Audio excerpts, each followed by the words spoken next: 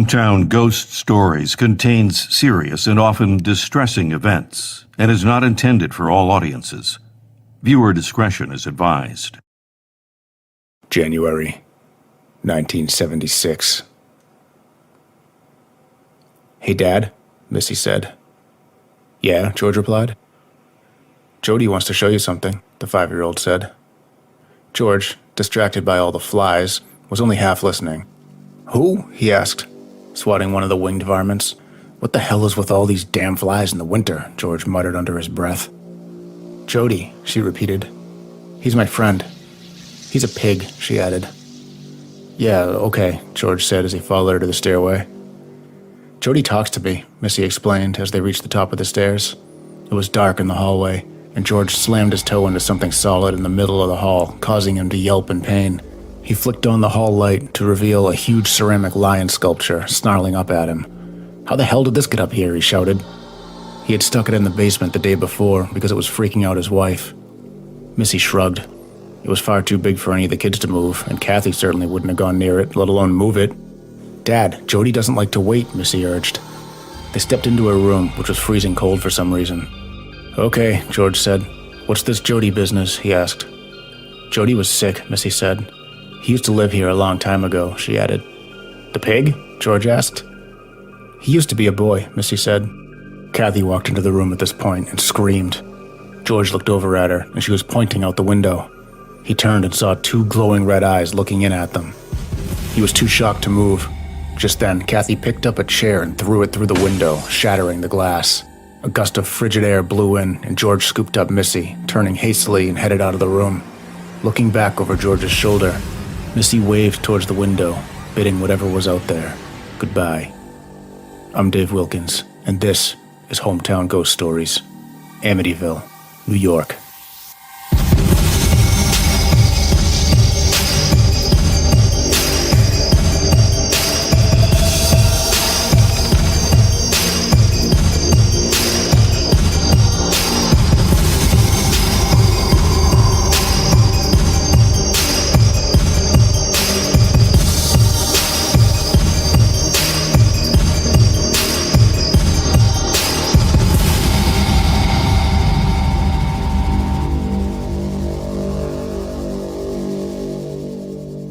The town of Amityville sits on Long Island, New York, about 30 miles east of New York City, and was at one time known as Huntington West Next South. The name was changed in 1846 when residents were trying to establish a new post office. The meeting turned into chaos, and one participant called out that this town needs some amity. Amity meaning friendship, and thus the town of Amityville was established. Its coordinates, minus 73.417 longitude, and a latitude of 40.666. The village isn't known for a whole lot aside from Al Capone having a house there and a famous chapel being built by Wesley Ketchum. Perhaps more memorable events would have been recorded had it not been for the brutal events that cemented the town in infamy. The Defeo family resided on 112 Ocean Ave in Amityville in the early 1970s.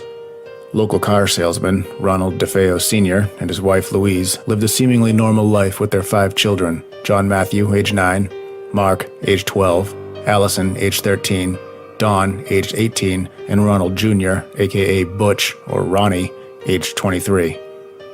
Ronnie worked with his father at the car dealership, but had a rough relationship. Ron Sr. was abusive to all of his children, but mostly to Ronnie. To say Ronnie Defeo was a troubled youth would be an understatement. He was husky as a child and subsequently bullied for it. Eventually, he turned to drugs and alcohol. He lost weight due to his addictions, but it didn't help his mental state. Ronnie's relationship with his father grew more volatile over the years. Ronnie continued to get into trouble, and his parents' solution to this was to give him money, hoping to keep him happy and out of trouble. They even went as far as to give him a speedboat. Rather than keeping out of trouble, Ronnie would just spend his extra cash on heroin, LSD, bourbon, and firearms. Ronald Sr. even got Ronnie a job at the family dealership, but the boy's behavior continued to get worse. One day at work, Ronald Sr. entrusted his son with the task of making a $20,000 deposit for the dealership. Ronnie later told his father that he got robbed and the deposit was gone. His father didn't buy it and accused Ronnie of lying and stealing. This sent Ronnie into a fit of rage, and he actually pointed a shotgun at his father's face and told him he was going to kill him. He even pulled the trigger, but the unloaded weapon just clicked. On November 13th, 1974, Ronnie Defeo Jr. climbed out of bed while his family slept quietly. He crept up the stairs to his parents' room and approached their bed. He could hear his father snoring. He lifted his rifle and pointed it at his father's back as his head lay dreaming on his pillow. 2 shots cracked, both striking the man in his back, ripping through his kidney and ricocheting off the base of his spine, lodging in his neck. Louise woke up, but before she could realize what was going on, 2 more shots ripped through the dark, ending her life as well. Ronnie stalked down the hall to his younger brother's room. He pumped 1 shot into Mark, killing him instantly, and another into his youngest sibling, John, severing his spine, causing him to twitch and spasm. Ronnie then entered his sister's room, where he shot his little sister Allison once in the back, and his sister Dawn once in the head, blowing half of her face off. Ronnie didn't flee town or panic. He washed up, got dressed, and went to work later that morning. Around 6:30 p.m., 23-year-old Ronald Defeo Jr. entered Harry's bar in Amityville, Long Island, and declared, "You gotta help me. I think my mother and father are shot." A small group of people followed Defeo to his house, which wasn't far from the bar. They went inside, up to his parents' room, and found the couple shot to death, face down in their bed. Ronnie's friend Joe Yeswit, who was a part of the group, dialed the police emergency line, and they arrived and searched the house, finding all 6 members of the family shot to death, face down in their beds. The parents had both been shot twice, while all of the children had been killed with 1 shot. The weapon was a .35 caliber lever-action Marlin .336 rifle. The murders were said to be committed sometime between 3 o'clock and 3:30 a.m., according to a neighbor who said they heard the Defeo's dog barking like crazy at that time. The peculiar thing about the murders was that nobody heard the gunshots. There would have been 8 shots fired in the dead of night, and according to experts, the rifle could not have been suppressed, and even fired from inside of a house, still would have been heard up to a mile away. Even stranger yet, all 6 members of the family were shot while lying face down in the bed, and nobody seemed to have woken up during the gunfire. It was later thought that some of the bodies may have been moved to their beds post-mortem. Ronald Defeo Jr. was initially taken into police custody, not because he was suspected of being the killer, but because his grandfather, Michael Brigante, was known to have connections to the Genovese crime family. Ronald's first defense was that he believed the murders were a mob hit and fingered mafia hitman Louis Fellini. The police ruled this theory out almost immediately due to inconsistencies, and before long, Defeo confessed to the killings. Michael Brigante had initially wanted to hire a lawyer to defend his grandson, but changed his mind, presumably because his certainty of Defeo's innocence faded after his story began changing. The trial began October 14, 1975, and Defeo was appointed attorney William Weber to defend him. He entered a plea of not guilty by reason of insanity, claiming he heard voices telling him to kill his family.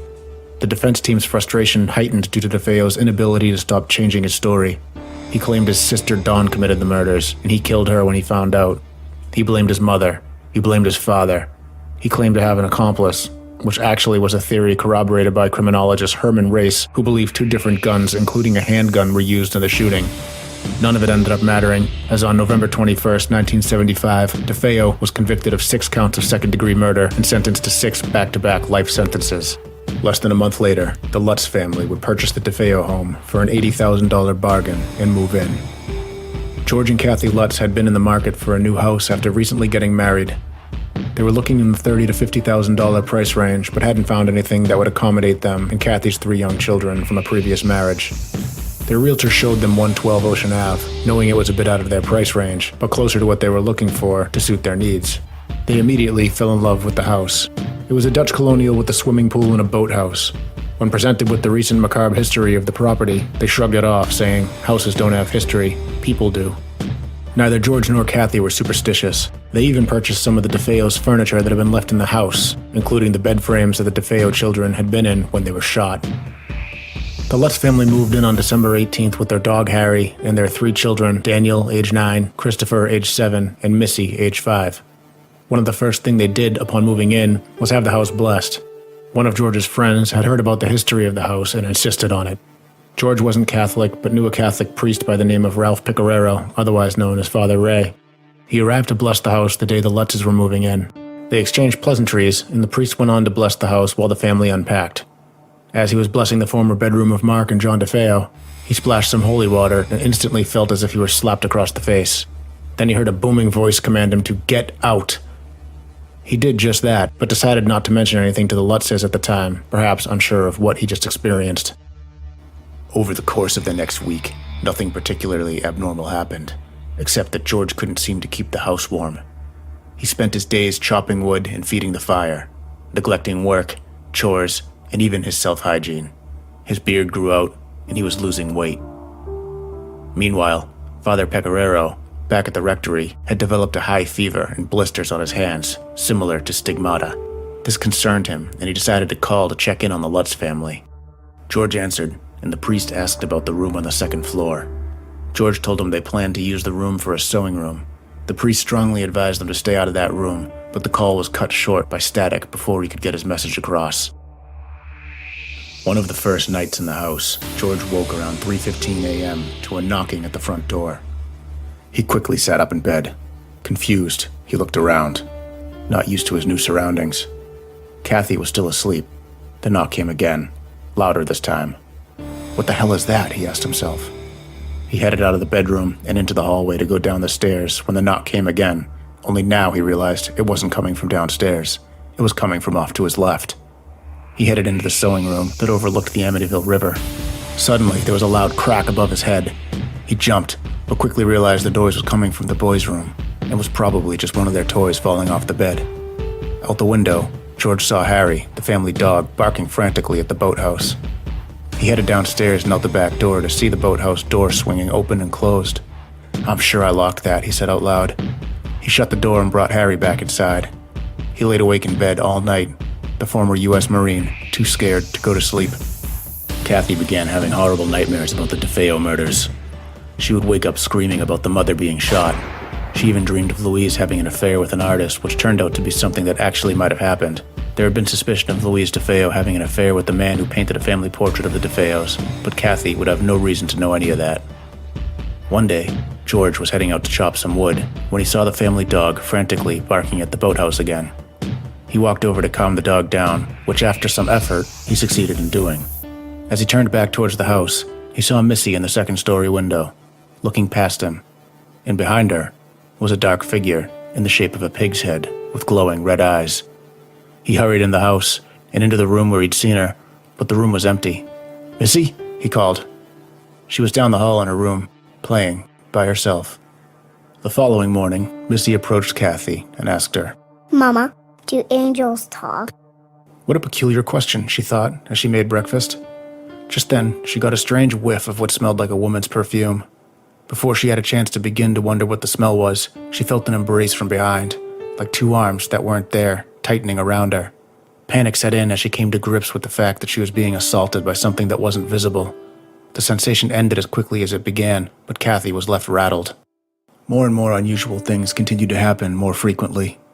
Missy had an imaginary friend named Jody that Kathy and George thought nothing of until one day she mentioned that Jody was a pig. George would repeatedly be woken up at 3:15 a.m. by what sounded like a horrible marching band crashing through the halls of the house. On another occasion, Danny, the oldest, was playing by a window when it inexplicably slammed shut on his fingers, flattening them completely. Kathy rushed him into the kitchen and began assembling an ice pack. As she did so, Danny saw a cloaked shadow figure coming towards him. He put his hand up to stop it, but it walked right through his hands and disappeared. When Kathy turned around to apply ice to the boy's destroyed extremity, it was completely back to normal. A few days later, Kathy's brother Jimmy Connors and his fiancée Carrie came over to the house before their wedding. George was to be the best man. Before they left the house, the $1,500 deposit for the caterer went missing. George wrote a check to cover it, assuming the money would turn up, but it never did. When they went to the church for the ceremony, George became violently ill upon entering the building and got even worse when he took communion. Back at the house, crucifixes would turn upside down and black liquid would appear in the toilets. The family would flush, but the liquid would come right back. One evening, George was in the basement when he was overcome by a rancid stench. He started moving boxes trying to find the source when he uncovered a small room that wasn't part of the house's floor plan. It was too small for an adult to stand in and was painted red. Towards the back wall was a well that had been covered up. As George turned to leave, he saw what looked like a face on the wall that looked vaguely familiar. At first he thought it was his own reflection, but the face appeared to be grinning, and George was not smiling. He didn't realize it at the time, because he had never seen the man, but he was looking into the face of Ronnie Defeo. He shuddered and hurried back upstairs. One of George's employees, who knew the family's troubles, had a girlfriend named Francine, who was a psychic medium. She got on the phone with George to ask some questions about the house and their experiences. Without George mentioning anything, she told him to look for a well in the basement. She was sensing there was one there, and that was where the evil was emanating from. George was blown away, having recently just found a well in the strange red room in the basement. He asked the couple to come over. Father Peccarero, who had just begun to recover from his mysterious illness, decided to give the Lutzes a call because he was concerned about them. He told George to get him and his family out because he sensed a darkness in the house. George thanked the priest, but decided not to flee the property. When Francine and Eric arrived, she was immediately uncomfortable in the house. She requested they go to the basement. As soon as they got there, she got a terrible feeling in her gut. She asked to see the well. George showed her, and she told him that people died in that little room. "I'm uncomfortable down here. I need to get out of this cellar," she said. They headed back up the stairs, down the hall, and up to the second story. Outside the sewing room, she went into a deep trance for about a minute. When she came to, she looked at Eric and demanded they leave immediately. They did just that and never returned. Later that night, Kathy and George were sitting by the fireplace when Kathy stood up and pointed into the fire. Her face went pale as a ghost. There was a figure of a cloaked white shadow coming out of the fire. George looked up and saw it too, but it immediately disappeared, leaving an ash imprint on the bricks in the shape of a horned devil. Unsettled, they decided to go to bed, but George woke at 3:15 a.m. to the sound of that marching band again. Knowing he wasn't going to fall back to sleep, he sat up to get a beer. As he looked over at Kathy, he saw her levitating above the bed, up against the wall, slowly sliding up. He grabbed her and yelled her name. She woke up, confused. "What?" she asked, but immediately realized the situation, screamed, and slid back down the bed. George looked into her face and gasped. "What?" she asked. He just looked at her, horrified. Her face had somehow aged 60 years. She looked like a 90-year-old woman, deep grooves in her skin, and her hair appeared white. She ran to the mirror and screamed. It didn't last. The lines slowly faded, and after about a half hour, she went back to normal, but deeply disturbed. George was thoroughly freaked out at this point. He called Father Peccarero and begged him to come back and bless the house again. The priest made several excuses not to come back out to the house, and George couldn't understand why. This was because the priest didn't tell George that he was terrified of the house, and that every time he talks to George, he becomes violently ill and breaks out in sores. Eventually, the priest agreed to bless the house again, but not in person. He'd hold a special mass at church and bless it off-site. He hung up the phone, and immediately, his hands began to break out again, and his apartment filled with the rancid stench of human excrement, a known sign of the demonic. George finally decided the family had to get out of the house. They piled into the car. Kathy had called her mother and told her they were coming to stay with her for a few days. Relieved to be out of the house, George turned the key to the ignition. Nothing. He tried again. Still nothing. Frustrated, he popped the hood, but couldn't identify a problem. A storm was rolling in, and a gust of wind blew the hood shut, nearly slamming it on George. It was too late to call a mechanic anyways, so they were stuck for one more night. The storm was raging, and the house was inexplicably hot, except for the sewing room. George picked up the phone, and there was no dial tone. "Line's dead," he said. Kathy had a look of panic on her face. "We leave in the morning," George proclaimed. Lying in bed, George heard the storm start to die down, and felt the temperature subsequently drop. As he started to drift off to sleep, he heard doors slamming in the hallway, and things banging on the floor above his head. He was about to get up, when he felt something step onto the foot of the bed. It started crawling towards him, and he could hear the bed springs creaking as it approached. He went to sit up, but it stepped on his chest. He couldn't move or breathe. Hooves, he thought. Whatever it was standing on his chest, preventing him from moving. Lack of oxygen made his vision cloudy, and a black shroud closed around him as he lost consciousness. The next thing he knew, Danny and Chris were shaking him awake, screaming about someone in their room with no face. George hopped out of bed and ran to the stairway where the dog was snarling and barking up at something. As George approached the staircase, he looked up and saw a giant figure cloaked in white. He recognized it as the apparition he and Kathy saw in the fireplace a few days prior. The figure raised its arm and pointed at George. George turned and yelled at the boys to get their sister and get outside. He scooped Kathy up, who was still sleeping or in a trance, and carried her out to the car. This time it started. They tore down the driveway and never looked back. They abandoned all their belongings, including their boat, George's motorcycles, and anything else that wouldn't fit in their car. Although they never stepped foot on the property again, the haunting didn't end for them. The levitations continued at Kathy's mother's house, and Kathy broke out with strange sores that were scalding hot to the touch. Whatever dark entity they encountered at that house attached itself to the family and followed them away. The Amityville Horror is unquestionably the most controversial ghost story ever told. The story gained traction immediately, and everybody wanted to be a part of it, from enthusiasts to skeptics. As is usually the case, skepticism was the mainstream idea, and the story today is widely accepted as debunked based on a number of claims that on the surface seem to be pretty convincing. But I'm going to dig a little deeper and give an alternate perspective and shoot some holes in the theories that support claims that the Lutzes and the Warrens were frauds. Here are the major arguments of the naysayers. 1. Father Peccarero, after corroborating author Jay Anson's account of the Amityville Horror in his book, later walked back his account and claimed he never visited the house, only spoke with George Lutz once on the phone. 2. Ronnie Defeo's attorney, William Weber, claimed he spoke with the Lutzes about collaborating on a book deal and accused the Lutzes of making the entire story up. 3. Paranormal investigator and parapsychologist Stephen Kaplan, who spoke with George Lutz about investigating the house before the family moved out, also claimed that the family made up the entire story. 4. The Lutz's next-door neighbor claimed Jody, the pig demon that the Lutzes kept seeing, was actually a large farm cat that the previous owners referred to as Piggy. 5.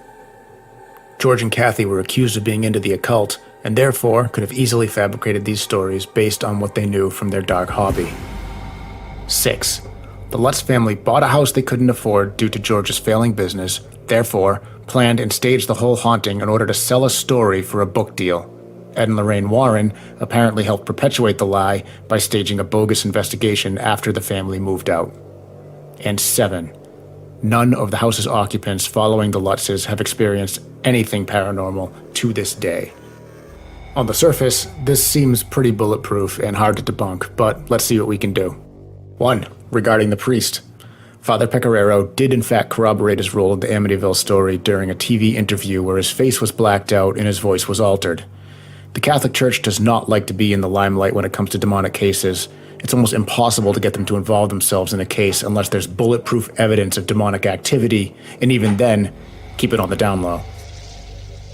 The only way Anson was allowed to use Father Peccarero's witness account was if he used an alias and his true identity remained a secret, which it did until it didn't. This is why he appeared in the book as Father Mancuso and the movie as Father Delaney. Once his true identity was leaked, the higher-ups in the Catholic Church would have pressured him to distance himself from the story. This is when he began to walk his story back. Regarding William Weber.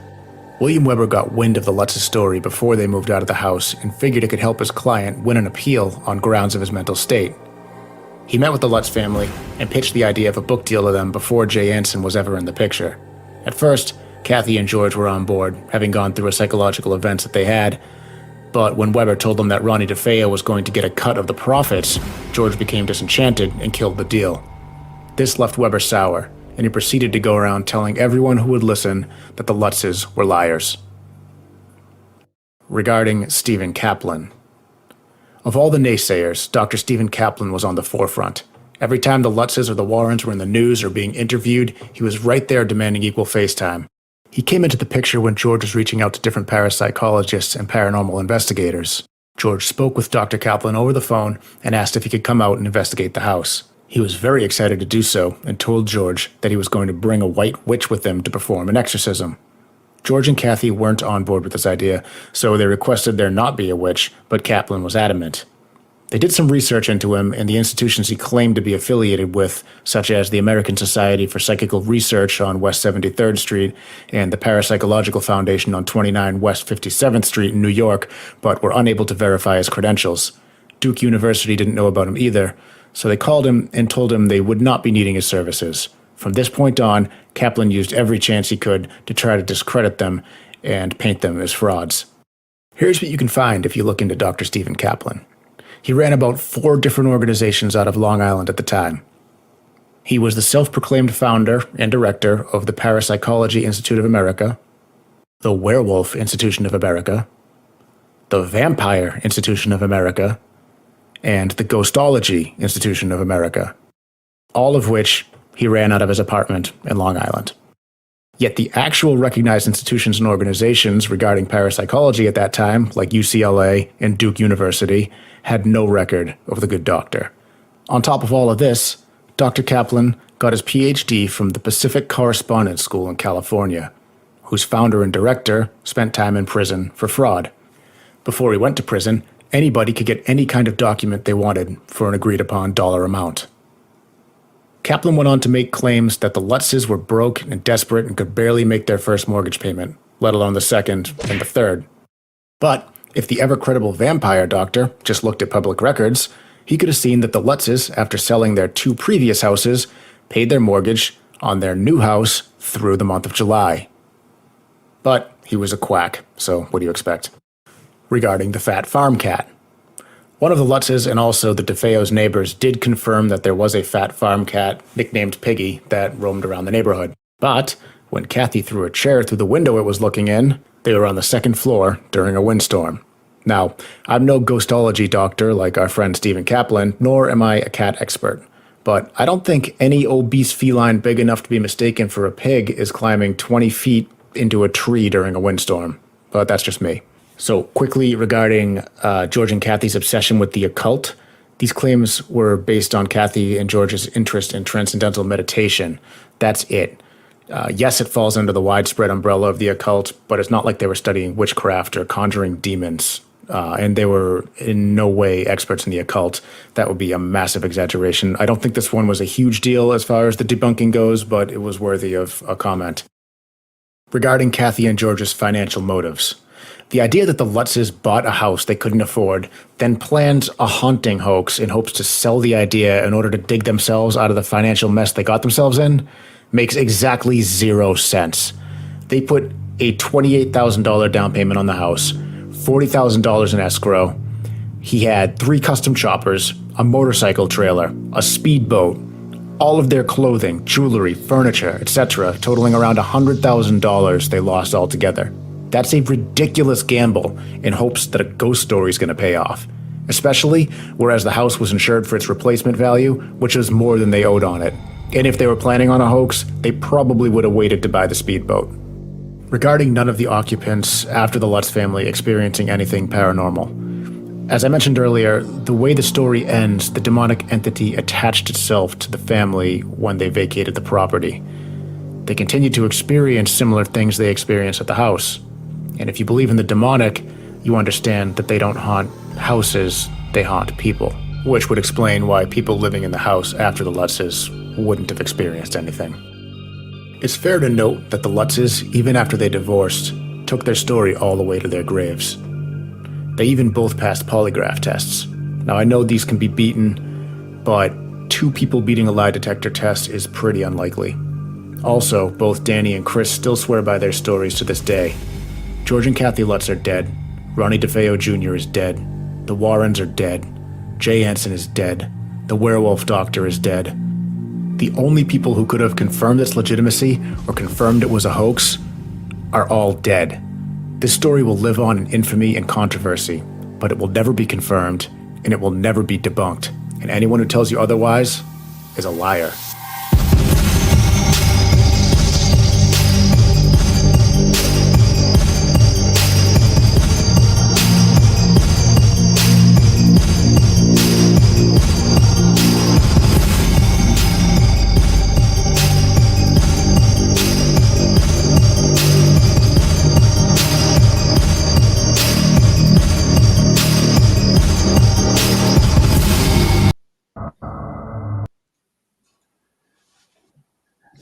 Ladies and gentlemen, welcome into Hometown Ghost Stories, episode number 24. That was Amityville, 28 Days of Horror. And that's all the time we have. Thank you guys for joining. it was fun. It was a long one. It was a long one. So I'm joined by Rob Coakley. What's up, Rob? Rightfully so, a long one, though. There's just so much to unpack in this story. There absolutely was. It was a long one, and it had to be. And Dave Wilkins, who put this one together. Nice job, Dave. How are you? Thanks. I'm good. So that's Amityville. I enjoyed that one, and I like specifically how you went into that whole spiel at the end with the wolf doctor and all that kind of stuff. So I want to welcome in, before we jump into it, welcome in a few people that were hanging out in chat for a long time there. Cash are on all 16 of his accounts. Kate's here. Dale is here. I want to welcome in a couple of new people. Who was it? Dale Cook's in the YouTube chat. Dana D's on the Facebook stream. There was a brand new one I wanted to welcome, but I can't find it here. So welcome in everyone that joined. Thank you so much. And I want to apologize to Seth W, who does not want to be called Seth W. On Patreon, he subscribed, and his specific request is that he's referred to as Dave Sucks. So Dave, I don't know why you didn't put Dave Sucks in your video, but Dave Sucks, I want to thank you for continuing your subscription on Patreon. If you guys like the video, you guys like the content, make sure that you leave us a review on iTunes, drop a sub. Anyways, with all that out of the way, let's jump into it. So every single paranormal podcast that's ever covered the Amityville horror case always hits us with the super hot take. It's a hoax. It's a hoax. It's most likely a hoax. There are a few people that believe it, but for the most part, everyone talks about the people who have allegedly debunked it, and no one ever talks about, the inconsistencies and how uncredible some of these sources are that supposedly debunked the story. It got so big so fast that it blew up. They made 17 movies about this story, 17, and obviously the book, and everybody wanted to be a part of this. So you had people that were trying to say they were investigating the house, even though they may or may not have actually been there. And then you had the people that were trying to say that, they were going to debunk it. So you had people trying to ingratiate themselves with the story, and you have people trying to, everyone's trying to get their 15 minutes of fame with the story. And I think it just kind of got out of control. So I wanted to kind of put the spin on it where we debunked the debunkers. And that's different because I hadn't really heard someone debunk the debunkers before. So that's why I was pretty interested in hearing what you did. The claims that it was fake were really compelling. And I had just read a book on this, and I sent you guys the title of it, that was very condescendingly referring to the house as absolutely not haunted and referring to the story as fake. And they went through a few of the bullet points on why it was fake. I was like, well, this sounds really convincing. I mean, I agree the house is not haunted. I'm sure it's not haunted anymore. Like, the story, the way the story goes is whatever was there attached itself to the family, and because it continued to haunt them after they moved out of the house. Mm-hmm. So maybe it's not haunted. Maybe it's the least haunted house in the world, but that doesn't mean the haunting didn't happen. Right. And what you had said in the episode makes sense, where it's like, demons attach themselves to people, not places. So the fact that it still carried on and followed them, the levitations, her face aging, which is a new one. I hadn't heard that in any other cases. The fact that she looked like a really old woman for a little while. I have heard cases of people's faces being distorted temporarily. That happened in the Scotland episode inside the vaults. One of the women that was on a tour there, she had just gotten pushed by, I think it was Mr. Boots, the evil presence that's down there. And when she came out, her face was all Picassoed and strange. And it took a little while to get back to normal, which is pretty crazy. So, but that's the only other one that I've heard kind of like that. But in this one, she aged, she turned into a strange old woman for a little while. And I guess that continued after they left the house too. Yep. It happened to her twice that they mentioned in the book. So like we were saying about the debunking stuff, there's actually a lot of stuff that was debunked about this that is actually debunked. And I left some of it out of the story, like the infamous green slime. That's kind of basically synonymous with the Amityville story. It was one of the bigger parts in the book and one of the bigger parts in the movies. And it was something that George Lutz had come out later, and he said that was something that Jay Anson, the author, added in that didn't actually happen. But the family, George and Kathy, took this story to their graves, and they swore they got divorced shortly after this happened. So they weren't even, they were on good terms, but they weren't friends. They didn't owe each other anything. The two of them took the story to the grave. They swore that it happened. They passed lie detector tests. And even the son in Danny Lutz, and he had a documentary a few years ago called My Amityville Horror. And they asked him how he felt about George's death. And he said, "I'm glad he's dead. Did not like his father. There's no love lost between them." He says, "I'm glad he's dead, but everything the guy said was true, albeit somewhat exaggerated." Mm-hmm. So he swears by the haunting still. Just real quick to get to this question, Dana DS, what about George hearing the marching band at 3 a.m. or more specifically 3:15 a.m.? Do you know if that's true? So that's one thing that he's always admitted was true. He never said it wasn't. So you have to kind of take him at his word for that. And I was talking to my other brother about this recently because we found that kind of amusing. It's like something you don't hear. Like I hear a marching band. That's kind of weird. If you're going to make up a ghost story, is that a detail you include? I heard a marching band. Like that's not something No, you hear. maybe. Like, oh, I heard Isn't chains. even Or like, it more specific to that? Not only did he hear like a marching band, but every instrument was playing like a different song. Oh, yeah, goodness. yeah. Like if you And- walk into like a high school band practice and everyone's Yeah. practicing a different song at the same time. Yeah, it's just Yeah. like so. Like that's a weird detail to add to that. On top of it already being a weird story, saying like, "Yeah, I heard a marching band, but every instrument was going a different way and playing a different song." It's just It's a great point though, because when you think of marching bands, you don't find that to be scary. It definitely is something that would keep you up at night. It's like, oh my God, they're doing their marching band music again. But if you were gonna make something up, you would make something that's much scarier sounding up. Like you heard, I don't know, a woman singing outside. You heard, anything. You could pick anything from the list of haunted sounds people hear at every haunted house. Yeah. Marching band isn't gonna make that list for sure. So what I wanted to hit on is just to go back to the demonic presence at the house, and we have talked about how they attach themselves to people, but they do stay at a location for a while or for a long time, depending on what they end up attaching themselves to. And one of the theories I saw was that this demonic entity attached himself to the what's the guy's name that killed the family? Ronnie Defeo. Ronnie Defeo attached themselves to him. And the interesting part about the murder is he goes around, if he does it by himself, and kills all of these people, right? Laying in their beds. None of them wake up. The gun is a very, very loud gun, which is shocking that none of them woke up. And none of the neighbors heard anything either.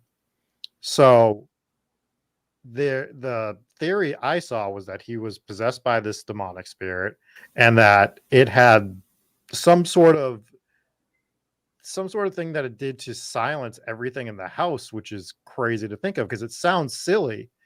But when you hear the story of this gun going off, 12 times, 6 times, whatever it is, one time should be enough to wake everybody else in the house up. I'm on the side of now I have nothing to say why. So maybe you're right. It's a wild theory, but it could be correct. But I have no idea why the neighbors wouldn't have heard gunshots. It's a loud gun. I mean, obviously, that's crazy. Going off Rob's theory there about it creating like a quiet zone or whatever. You go back to the Conjuring story, and the girls upstairs playing with the Ouija board in the chimney closet, and they're like this loud growling and they're screaming and furniture slamming around, and they run downstairs and Roger's asleep on the couch and the mom's making kitchen. We've been to this house. If I sneeze in the top floor, you're going to hear it on the opposite side of the house in the bottom floor. Yeah. So that's a similar situation where you have like a quiet zone during a haunting. And I know it's not a gun, but the Villisca Axe murder house, like a guy walking around a house and systematically taking people out with an axe. I'm not saying that it's as loud as this gun was going to be, but quiet enough to not wake up like one of like 8 people at all. Like that's crazy too. Just these stories like that we hear about this stuff where it's baffling that nobody wakes up. I'd understand neighbors not hearing that one, but like for this with the gun, it's asinine that nobody woke up. It makes me think that there was more than one shooter involved. So I know there's theories going around that maybe like one of her sisters or one of his shitbag friends or something like that had something to do with it. Yeah, there was a cousin that was he now granted he had 100 different stories about what happened. He blamed his mother, he blamed his sister, he blamed the mafia. But the theory of a second shooter is actually like corroborated by criminologists, and that was a strong theory that was brought up in the trial. And it's actually a theory that most criminologists to this day still agree with. They believed it was a second shooter. They just never caught him. So they convicted Ronnie Defeo on the crimes. The public was satiated with that, that he went to jail for it. And then the book and the movie just took this story to the moon, and everyone forgot about the idea of a second shooter, even though there probably was one. And the criminologists strongly believe it might have actually been Dawn, his sister, as the second shooter because she was the only victim who was shot in the head. And yeah, so it's I kind just of think crazy to she's think the only about. one that woke up, like, because it seems like there's always one that wakes up at the end. So I think she woke. I don't think it was his sister. His story changed way too many times. Like Right. his story. You ask him the story on a Monday, it's different on Tuesday, it's different on Wednesday. He had 100, like you said, 100 different stories. I can't buy the fact that it was the sister. It just doesn't add up because he was trying to make himself the hero behind that story. Where he's like, well, yeah, I killed my parents, but she killed all my brothers and sisters at the same time. So that's why I killed her. It's like, that doesn't even begin to. I know he's a sociopath, and like all the history of him shows that he's a sociopath, but that literally makes zero sense. Like, there's no rhyme or reason behind that story. Exactly. So his sister Dawn was apparently a drug addict also. So the two of them, I think that's kind of where that theory gained a little bit of traction.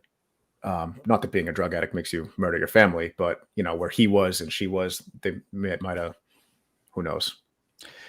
They could have been there. I want to touch on a couple of these comments before we get too far away from them. So Dana put in, I found it strange that everyone was found dead on their stomachs.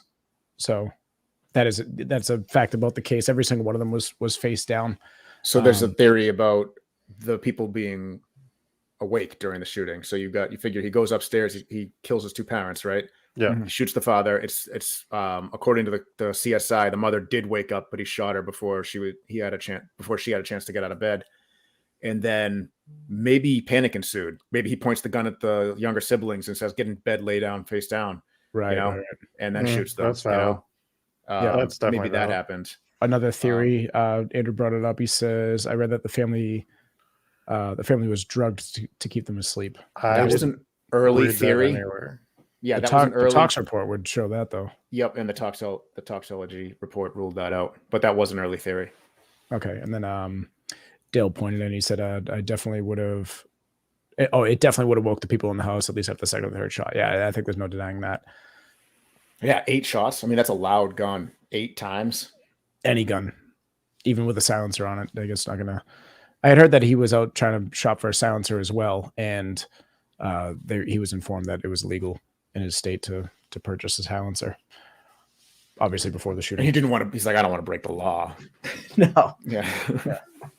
Did you bring up the therapist at all? It was a long episode and I don't remember. So the therapist, which therapist? So the one that so the parents were worried about him. I mean, obviously the father was abusive and everything, but he still gave this kid a ton of money. Like you mentioned, they tried to do everything they could.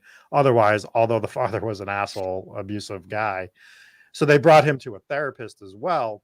And the therapist told the parents, if you don't get him committed right now, he is going to kill you. Just so you know, like this, he's a sociopath and he's going to kill you if you don't commit him to an insane asylum or whatever.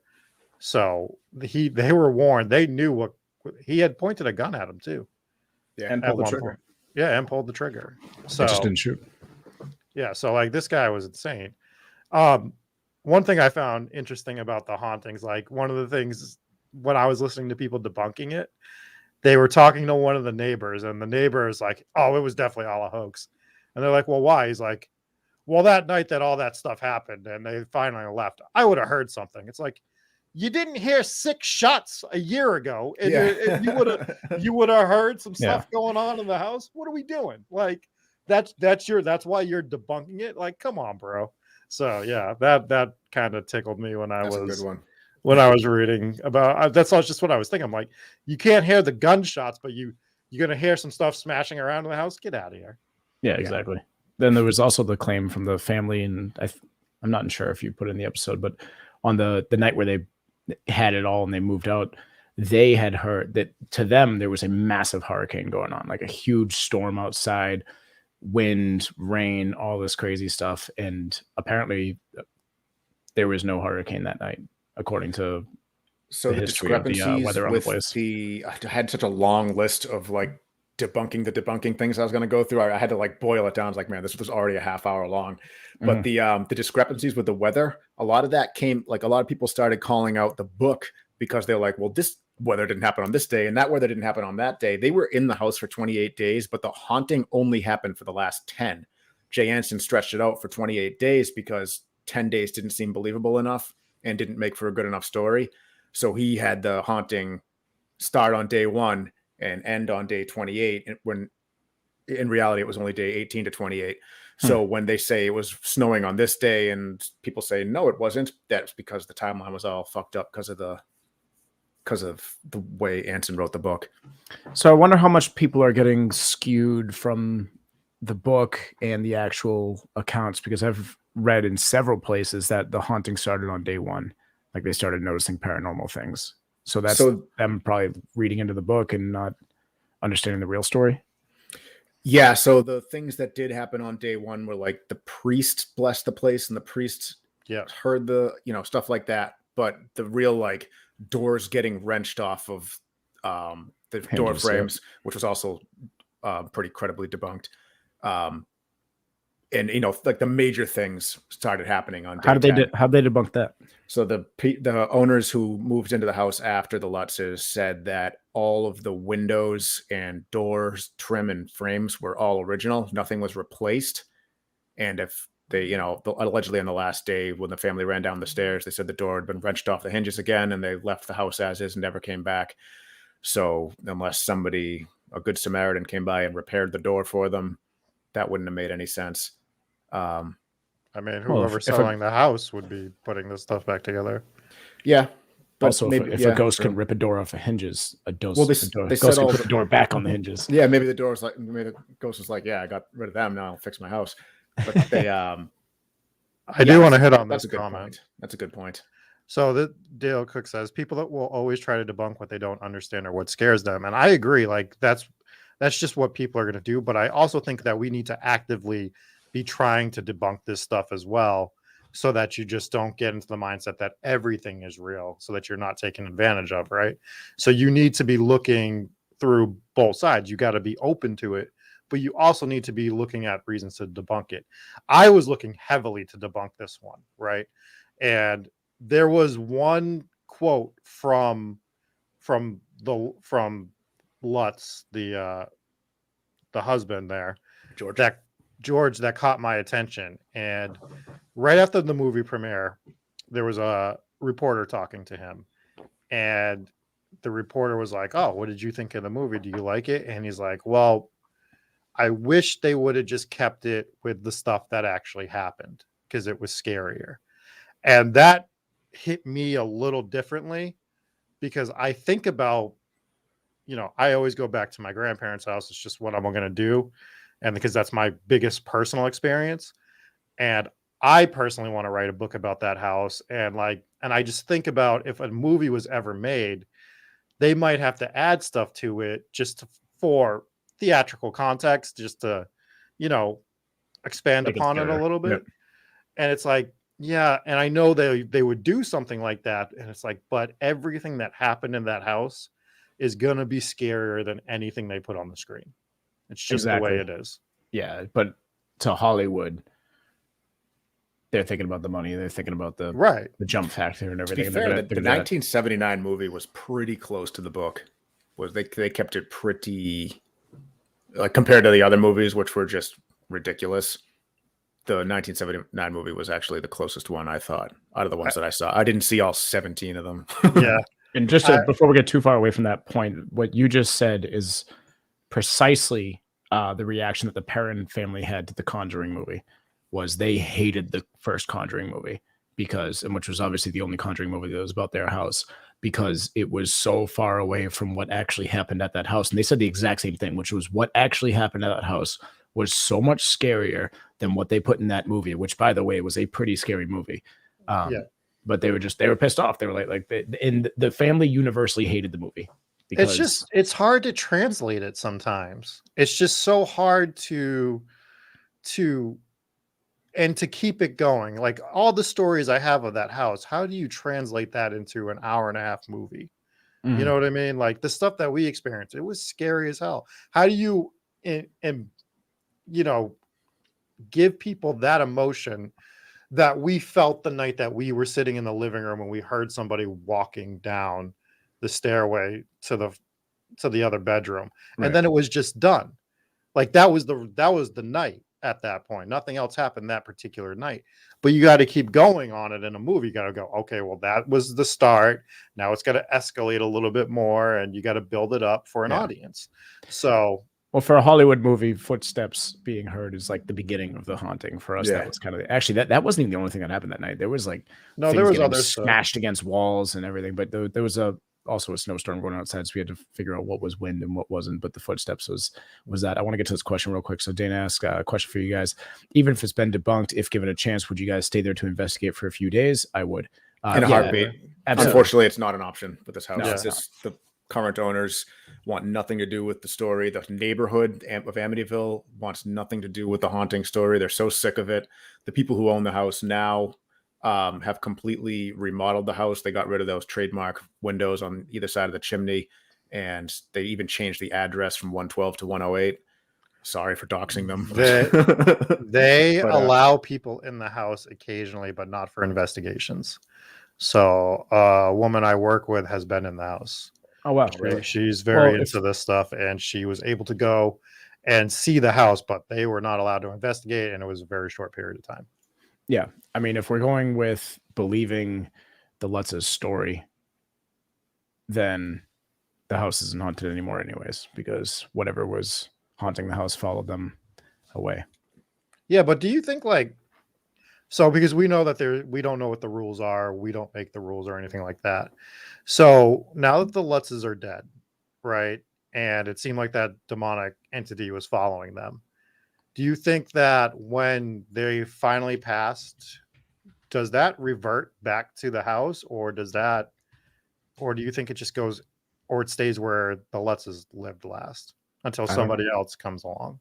It's a good question. I mean, obviously, I don't think anyone knows, but I mean, I guess so. If it attached itself to Ronnie, and Ronnie killed his family, and then Ronnie went to prison, but the entity didn't follow him to prison, that's kind of an interesting.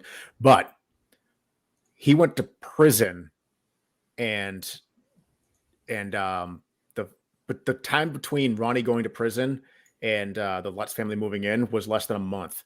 So there is a possibility that there was an entity that lingered in the house long enough for when the Lutz family to move in to attach itself to George, who looked almost exactly like Ronnie. So that's another theory. Yeah, that's fair. Because he looks so much like him that he would go to the bar and like they would ask if he was a relative of his. Yeah, which is crazy. So I'm not going to try to pronounce this guy's name, but we'll just call him Ben. He's Brian Genduso. Oh, okay. Anyways, he says the portal was moved, so that could be a thing. Yeah, there's lots of different theories with portals, and I don't even try and get into the understanding the portals and the different dimensions and whatnot. There are paranormal experts who will probably sit down and talk for hours about stuff like that, but that's not me. I can't grasp the theory like around portals and whatnot. Andrew says some drunk idiots probably trapped the entity inside of a box. And now we have it. Yeah, we brought it home. The other part I think we should talk about is Edel and Lorraine Warren. I know you've been waiting, so my camera's out of focus. Has to. It's what's a Dave episode without some sort of. Well, I mean, this is actually one of their cases. It's okay to talk about Ed and Lorraine Warren on their actual cases. Yeah. So they investigated the property shortly after the Lutzes moved out, and they didn't know. There was a theory that the Lutzes knew the Warrens beforehand. That is pretty shaky theory and pretty much baseless.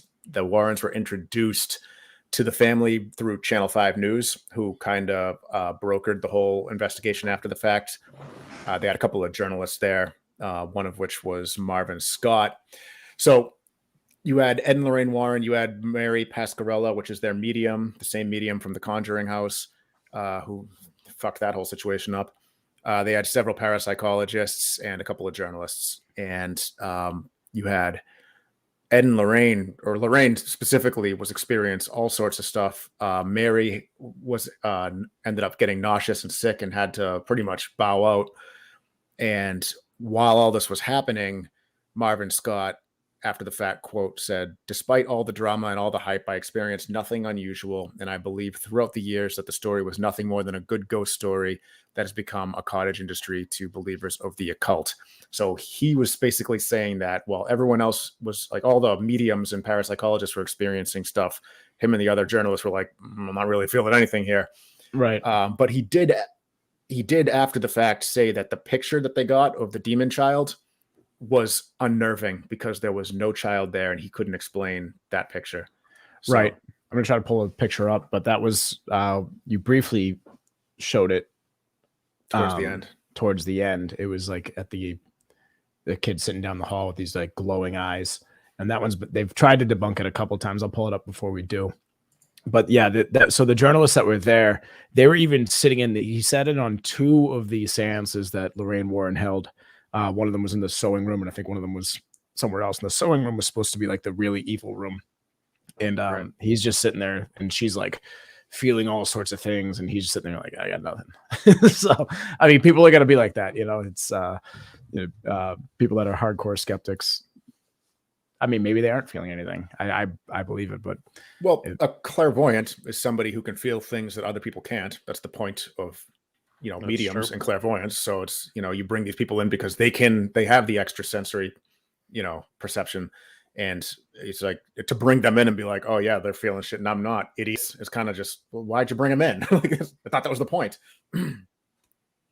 So that just seems kind of weird to me. But the Warrens, to be fair, they they weren't. This wasn't one of the cases where you can really say they were exploitative of the family because they were called in to it. They weren't really familiar with what was going on. They had been out of town. Weird fact. The night Ronnie Defeo killed his family at 3:15 a.m., Ed Warren's mother died of a heart attack, or maybe not a heart attack. She died at 3:15 a.m. the exact same night. Mm-hmm. Oh, so that's why he was. This is the picture here. So I couldn't get a bigger version of it, but for people that are watching, you could see right here, there was no kid at the house at the time. This was during the investigation that they had. They had basically a photo. They had a camera set up with infrared down the hall that would just flash and take pictures from time to time. And I don't know if it was motion censored or not, but it would always it would take pictures throughout the night. And this is one of the pictures that it caught. And it's clearly a child. They tried to debunk it to say that this could have been one of the paranormal investigators that were at the house at the time. But that was a grown man, and this is clearly not a grown man. This looks like a child. But the reason that they're trying to say that's him was that he was also wearing a plaid shirt, and you can kind of see a plaid shirt here.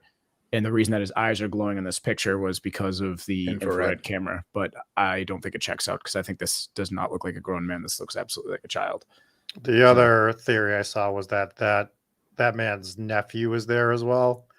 But I think his nephew was older as well. I can't remember the exact age, but yeah, it doesn't feel like it checks out. I don't know, man. I really wanted to go into this house, like finally, like trying to debunk it, but there's just things that I just couldn't. That quote particularly, I was like, okay, so he's letting you know that a lot of this stuff that you're seeing isn't real, but like we experienced a lot of shit here, and I wish I could tell you guys everything. And I'm sure a lot of it's like we say every time we go somewhere. We walk out of there, we're like, we didn't get a lot. And then we're like, oh shit, like we did this, we got this. And you don't even remember everything that happened. And so there's probably so much that they forgot happened in the beginning, because you know how you were saying like it ramped up on day 18. That day 1 to 17, there was probably stuff happening that they were just brushing off their shoulder. Like it's just the wind, or it's this, or it's that. And until things escalated to a whole nother level. The thing with the whole root of the hoax claims, like the whole base of it, is financial. They're saying this family got in over their heads on a property they couldn't afford, and then one of the main theories is that somebody proposed the idea of like, let's stage a haunting and sell books. And it just makes no sense. Like they took $100,000 loss when you factor in the motorcycles and the speedboat and whatnot that they lost. adjusted for inflation, that's over $600,000 today that they would. That's a ridiculous gamble to make on someone like Jay Anson, who before Amityville Horror, all he had done was short stories and documentaries. Like this guy, this isn't like if this isn't a guy who signed like, a contract with Stephen King or something. You know? Yeah, like exactly. If James Wan came up to me and was like, we're gonna sell a story, I'd be like, all right, I'm in. Like, yeah, 100%, yeah. But if like just a dude, even though you made that piece of shit movie Malignant, we'll still do this.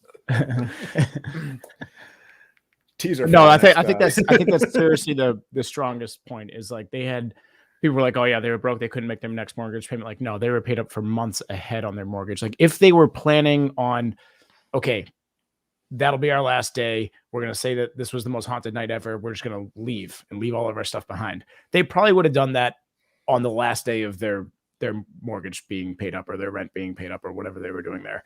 And it just makes no sense for them to jump the gun months early when they were already prepaid and everything. So I think that's one of the strongest points, is like it definitely throws the financial debunking out the window for me. Yeah, they could have burned the house down and got more money than they owed on it. Right. So that doesn't check out for me. I did hear that I read one book that said that they left the house, never returned, and sent a moving company to go pick up all their things. I don't believe that. Multiple sources that I don't have in front of my face right now that I can't cite have said that they abandoned all that stuff and it was all auctioned off. Oh, really? Okay. I found it interesting that they decided to spend like an extra $400 to keep some of the family before them's furniture. That's disgusting. They put that as kids were shot in.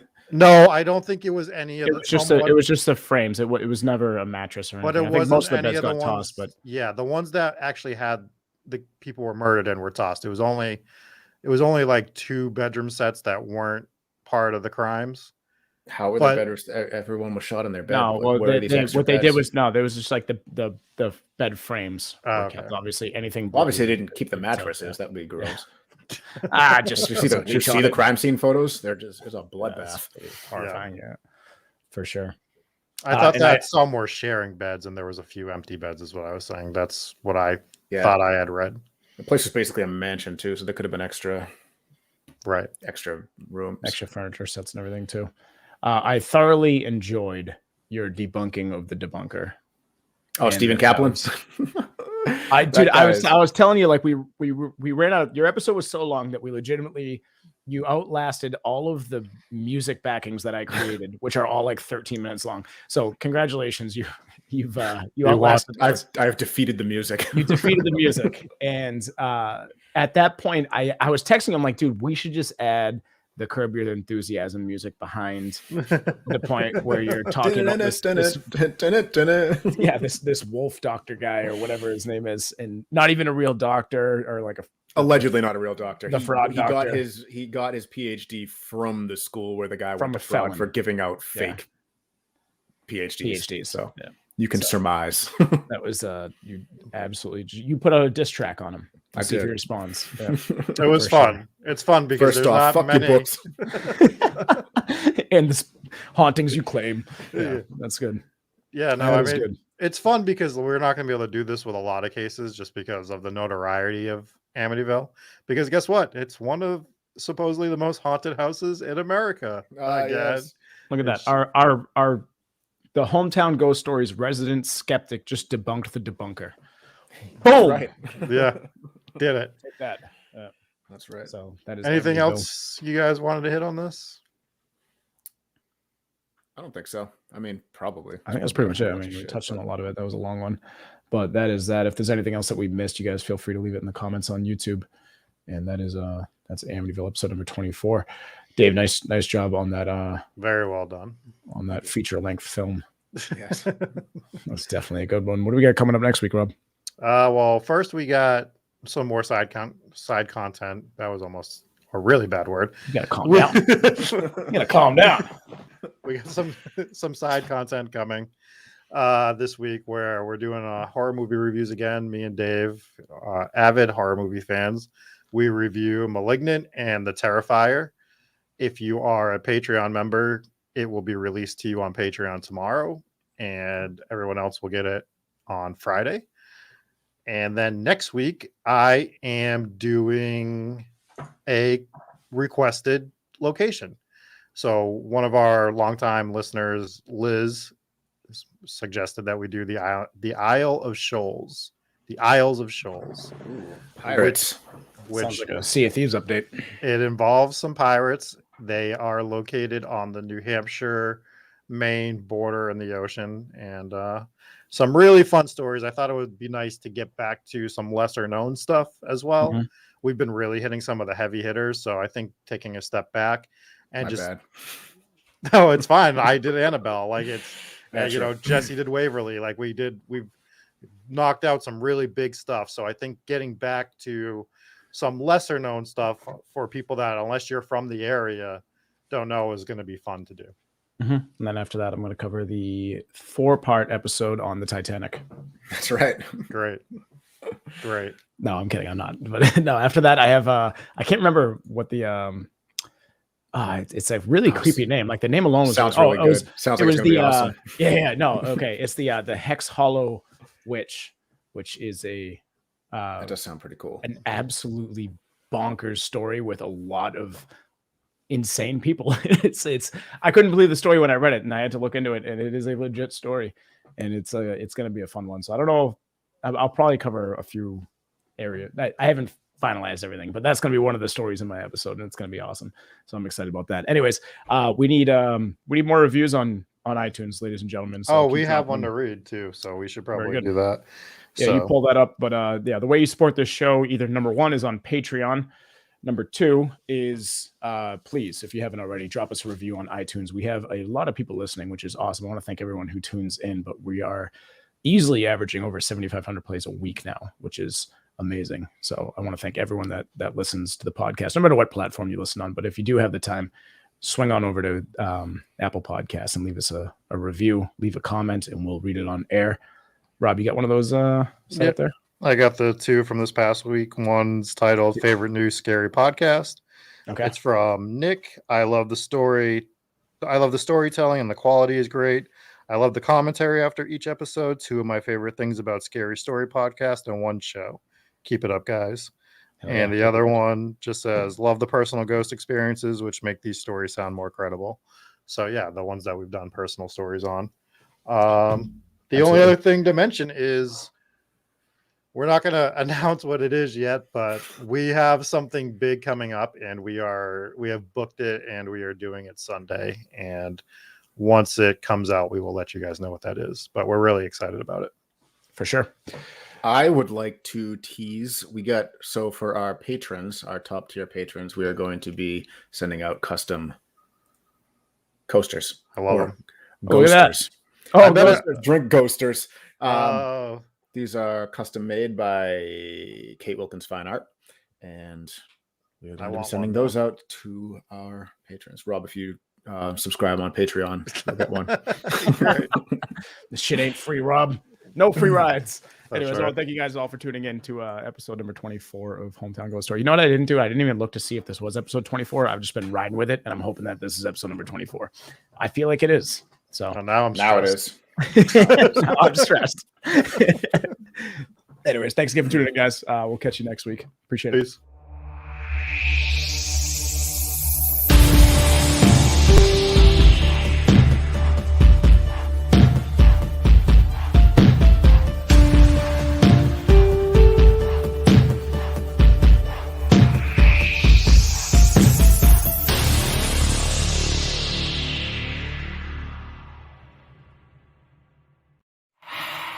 Hey guys, I'm Jesse Wilkins from Hometown Ghost Stories. I want to thank you so much for watching this episode.